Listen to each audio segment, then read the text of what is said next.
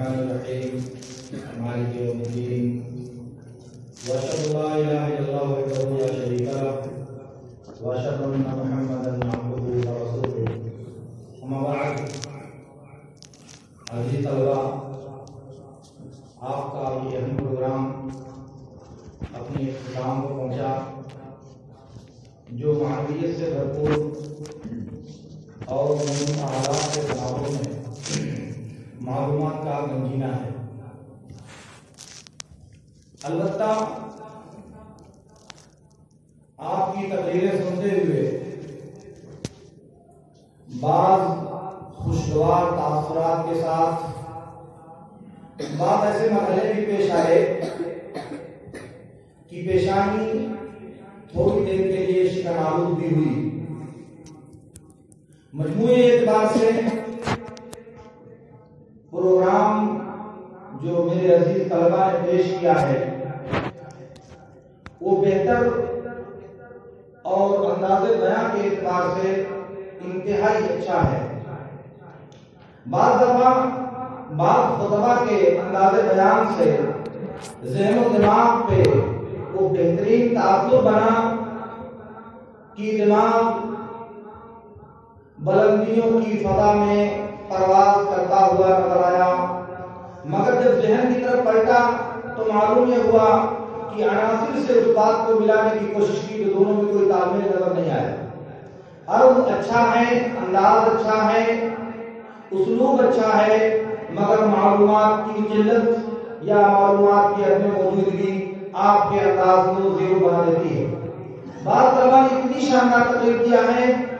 کہ میں اشعش کر رہا تھا اور اللہ کا شکر ادا کر رہا تھا، لیکن میرے سامنے موجود جو عناصر سے جب ان سے میں ان کو ہم آہنگ کرنے کی کوشش کر رہا تھا تو مایوسی میرا دامن پکڑ کر کھینچ رہی تھی، اور یہ بہت زیادہ ہوا ہے۔ دوسری بات یہ ہے کہ جو عنوان منتخب کیا گیا ہے اس کے جو عناصر ہیں ان عناصر پہ تقریباً 80% طلبہ نے ان کا احاطہ کرنے کی کوشش نہیں کیا ہے، عناصر کو مکمل طور سے برتنے کی کوشش نہیں کیا ہے، اور میرا خیال ہے کہ مربیان انجمن اور شیخ الجامعہ اس بات سے متفق ہوں گے کہ یہ جو عنوان منتخب کیا گیا تھا اس کا کلیدی جو حصہ تھا، بنیادی حصہ کہ موجودہ حالات میں منہج سلف کی تبدیل، یہ اصل عنوان ہے، بقیہ تمہید ہے۔ میں نے اپنے مقررین کو دیکھا کہ تقریر کا 90% حصہ تمہید میں ہے اور صبح موضوع میں داخل ہوتے ہوتے صرف گھنٹی بج گئی اور ان کا وقت ختم ہو گیا۔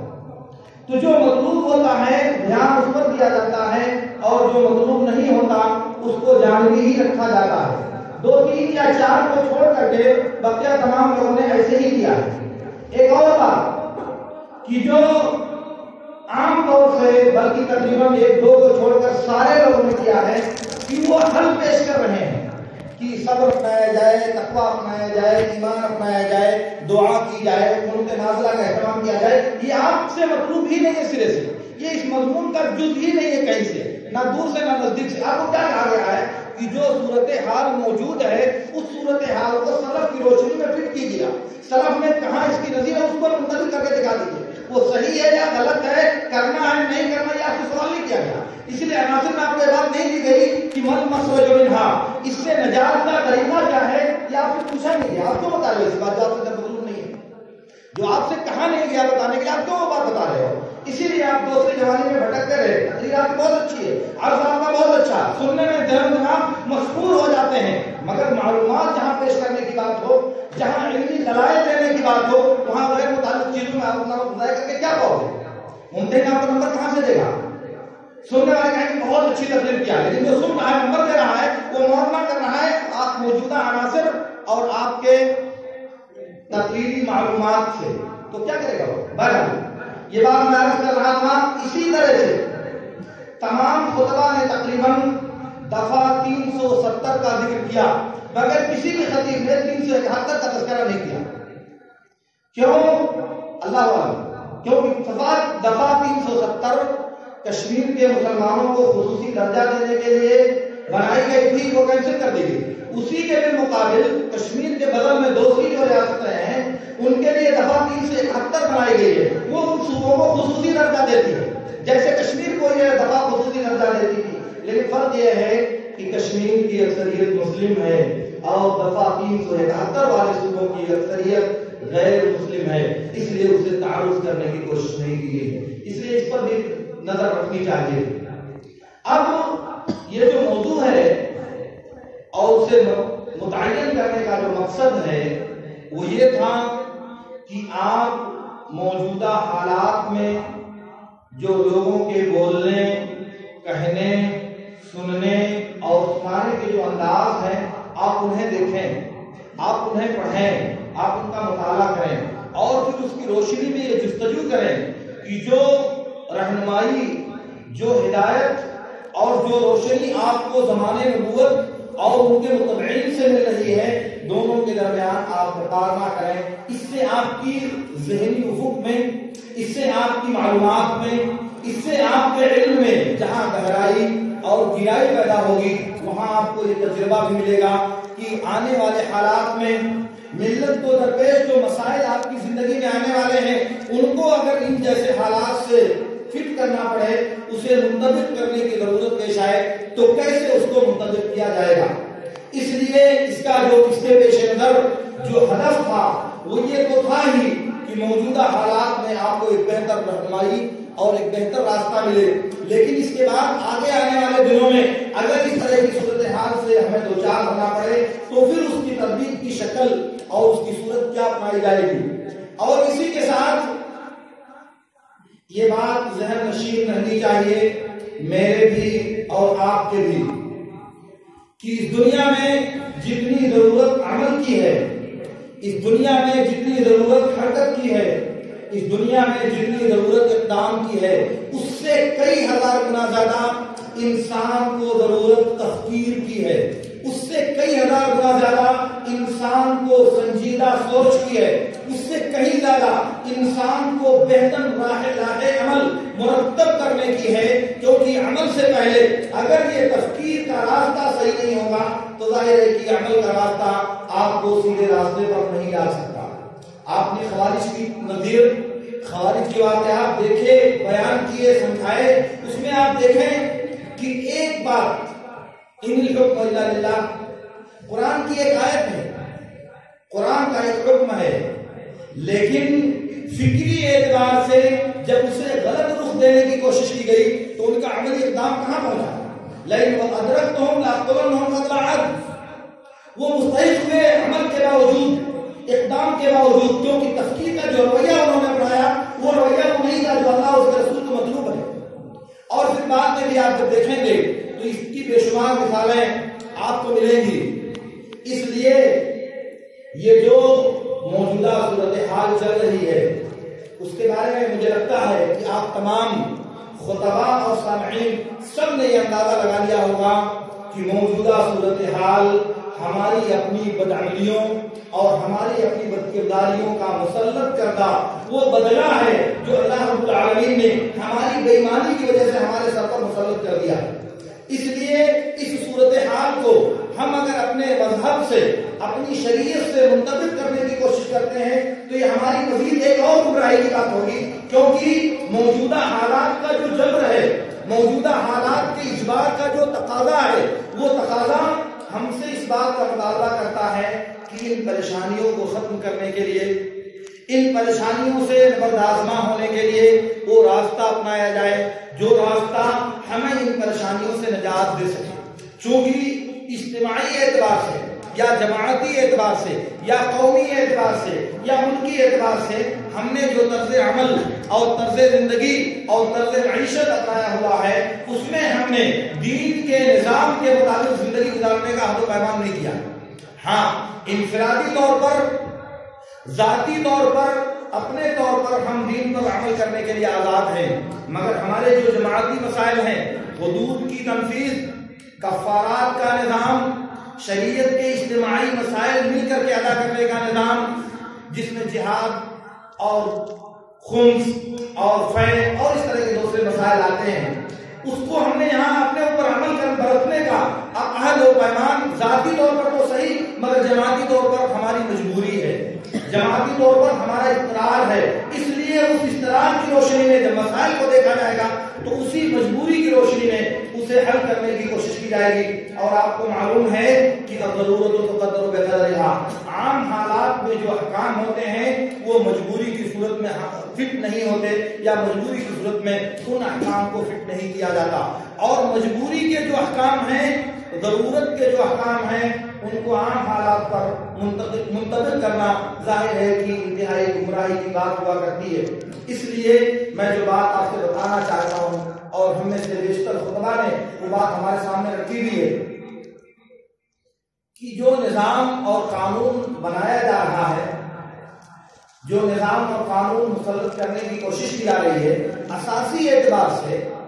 ہمارے اپنے مذہب اور ہمارے اپنے تصور کے اعتبار سے غلط چیز ہے.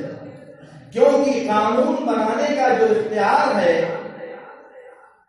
ان الحکم الا للہ اعلی له الخلق والامر، یہ اللہ تعالیٰ کو ہے. ہم نے ووٹنگ کے ذریعہ، انتخاب کے ذریعہ اپنے ہی جیسے انسانوں کو منتخب کر کے نمائندہ بنا کر قانون ساز اسمبلیوں میں بھیجا ہے کہ جاؤ اور ہمارے لیے قانون بناؤ. کیونکہ ہم کسی بھی وجہ سے، علم کی کمی کی وجہ سے، تجربے کی کمی کی وجہ سے، معرفت کی کمی کی وجہ سے، قانون کی معرفت میں کمی کی وجہ سے ہم وہ کام نہیں کر سکتے جو آپ وہاں اسمبلی یا پارلیمنٹ میں بیٹھ کر سکتے. گویا کہ ہم نے اپنا قائم مقام بنا کر کے ان کو بھیجا ہے، تو ہم نے ان کو کہا کہ ہماری بہتری کے لیے قانون بناؤ. اب وہ قانون بنانے کا جو نظام ہے، جو طریقہ ہے، وہ یہ ہے کہ اگر 49 پاگل، دیوانے، مجذوب، بے عقل، سفیہ اور اس طرح کے دیگر صفات سے متصف انسان فیصلہ کرتے ہیں کہ اس ملک میں شراب بیچنے کی اجازت ہوگی، اور 48 پی ایچ ڈی ڈاکٹرز، پڑھے ہوئے سائنسداں، باشعور اور دانشمند افراد یہ فیصلہ کرتے ہیں کہ نہیں، شراب ملک میں ناجائز اور اس کی خریداری میں پابندی ہونی چاہیے، تو قانون کون سا پاس ہوگا؟ ظاہر ہے کہ جو 49 پاگلوں نے کہا ہے وہ مان لیا جائے گا اور ان عقل مندوں کی بات کو رد کر دیا جائے. اس کے لیے ہم نے بھیجا ہے عدالت میں ان انسانوں کو. اب بتائیے کہ یہ غلط کام سے جو نتیجہ آئے گا وہ درست آئے گا کیا؟ یہ غلط عمل کا جو ثمرہ ہمیں ملے گا کیا اچھا ثمرہ ملے گا؟ میں کہنا یہ چاہ رہا ہوں کہ جب ہم نے غلط بات پہلے کیا ہے، وہ وجہ اس کی کچھ بھی ہو، جب حالات کا، مجبوری ہماری اپنی دین سے ناواقفی یا دین کے تئیں ہماری بے غیرتی جو بھی سبب ہو، اس سے میں نہیں بحث کرنا چاہتا. لیکن جب ہم نے یہ کیا ہے اور پہلے یہ غلط ہم نے رکھ لیا ہے بنیاد، تو جو ثمرہ آئے گا وہ غلط ہی آئے گا. اس لیے اس غلطی کو سدھارنے کی کوشش کرنا اور یہ چاہنا کہ ہم اسلام لائیں گے، اسلام کا نظام لائیں گے، اسلام کا قانون لائیں گے، ظاہر ہے کہ یہ احمقانہ تصور ہوگا،